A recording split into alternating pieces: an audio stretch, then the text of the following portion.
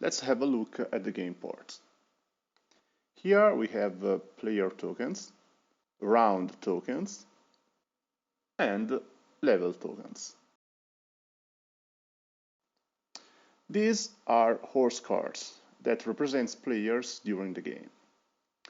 On the back, we can see the attributes, meaning the features of your horse that you can personalize during the game. Here we have the route cards. Route cards are used to generate the path along which your horses will move. And finally, nutrition cards. Nutrition cards are the main resources of the game. These are the cards you play and the cards that compose your deck. At the beginning of the game, each player chooses one of the 4 available horses. Each horse has its own strengths and weaknesses, and it is able to react to circumstances in different ways. Moreover, horses give you a starting deck.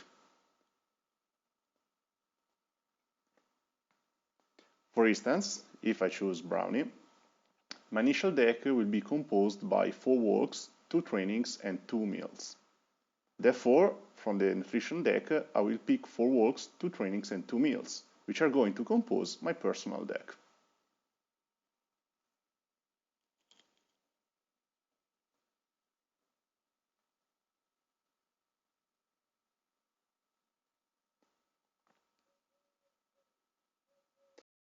Supposed to be in a 2-players game.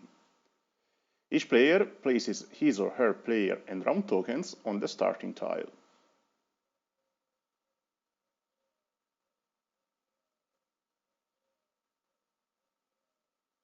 Then all players draw 3 cards from their deck, and the game is ready to start. Suppose I'm the first player. Each turn it is possible to play 2 cards, so I'm going to play a walk, moving my token 1 space. And then a meal that allows me to acquire a new card from the common nutrition deck, and which of course has been previously shuffled, and then place the new card in my discard pile. It will become available next time I will shuffle my deck. I've already played the 2 cards, so now I must apply the effects on the tile my token is on. In this case, I will acquire another new card.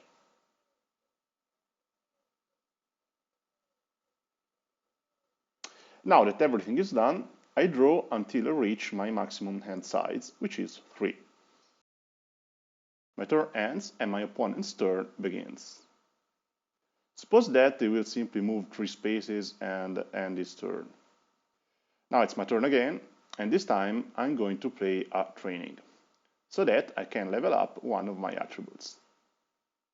I choose Intelligence, that allows me to reach the +1 bonus right away.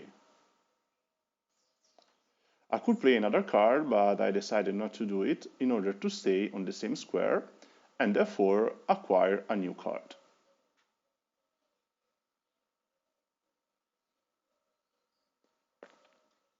Before the end of turn, I have to draw, but this time, due to my intelligence bonus, my maximum hand size is 4.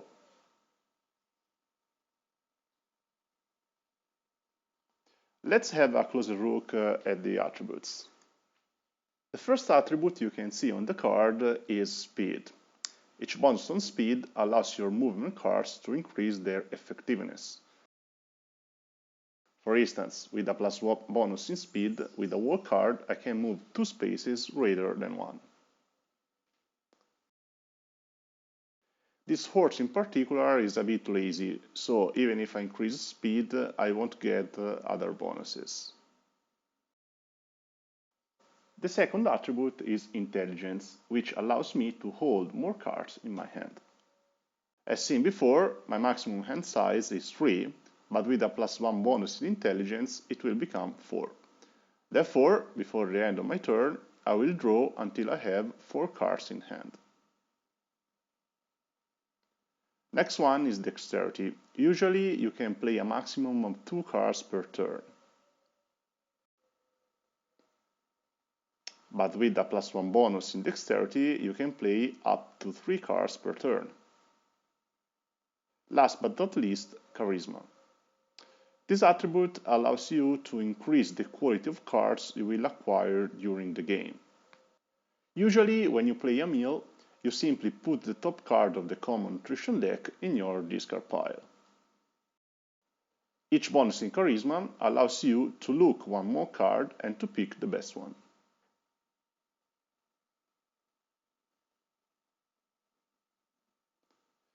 These are the basics of to play Haron. I hope you've enjoyed the short presentation, and I'll see you on the track.